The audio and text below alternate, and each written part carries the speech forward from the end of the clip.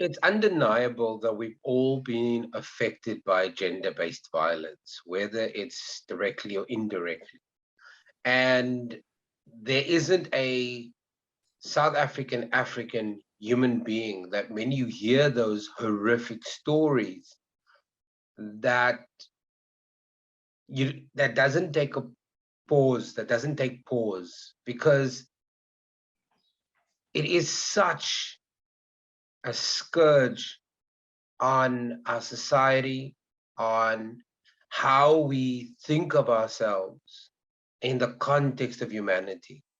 So gender-based violence is such an emotive issue within this country that I think if you're a man, if you are a father, a brother, whether you're a leader position is one thing, but just from a humanity perspective, if you're connected to a woman in any way, that it really is one of our biggest challenges. And there are many challenges that we're facing at the moment. And to be a woman or a child at the moment, in the context of South Africa, depending on where you come from, is almost an endangered species, because men, and not men necessarily, who are the overwhelming majority of the perpetrators in most of these instances, we need to look at ourselves. We need to ask the tough questions. We need to start interrogate our role that we play, directly, indirectly. We need to start challenging the men in our lives. We need to start asking questions of our mothers, our sisters, our friends, our family, and we need to start interrogating how are we going to deal with this issue that is incredibly pervasive. And if you think it only affects women that are sitting at a particular economic or sitting in a particular economic class or in a particular scale, you are absolutely wrong. It affects everybody. Doesn't matter whether you are a CEO, whether you are a managing director, whether you are a toll packer, whether you are a receptionist. There are women across the economy scale, across the residential line, um, across the education spectrum that are affected every day. And the only ones that can stop this, the only ones, are the men who are the brothers and the friends to those men that are perpetrating this on a daily basis. I'm sad about it. I am distraught that every time I switch on the radio station on the top of the hour to listen to a news bulletin, there is a story about some woman, some child that has been, in most of the instances, been attacked, violated by a man. As the father of 3 boys, and I have a daughter, it's important for me to have different life lessons for both of them.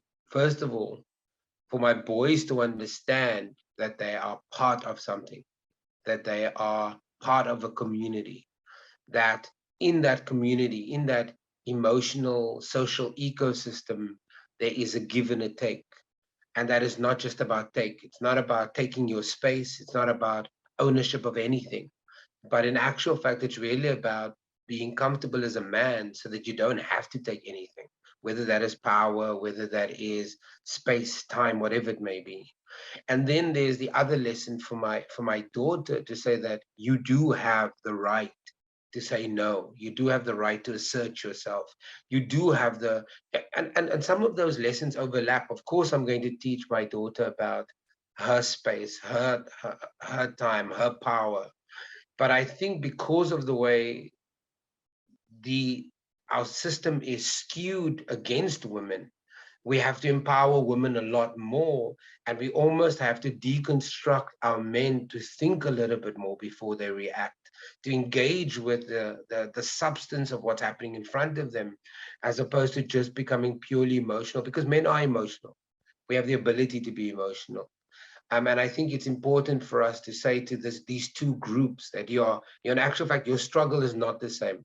Let's identify what is a man's struggle and what's a woman's struggle, and then let's create a bridge. And I think that's my job as a father, to have my boys sit down, think about their actions. My role as a father with 3 sons is very important to the dynamics of how they will engage once they are adults.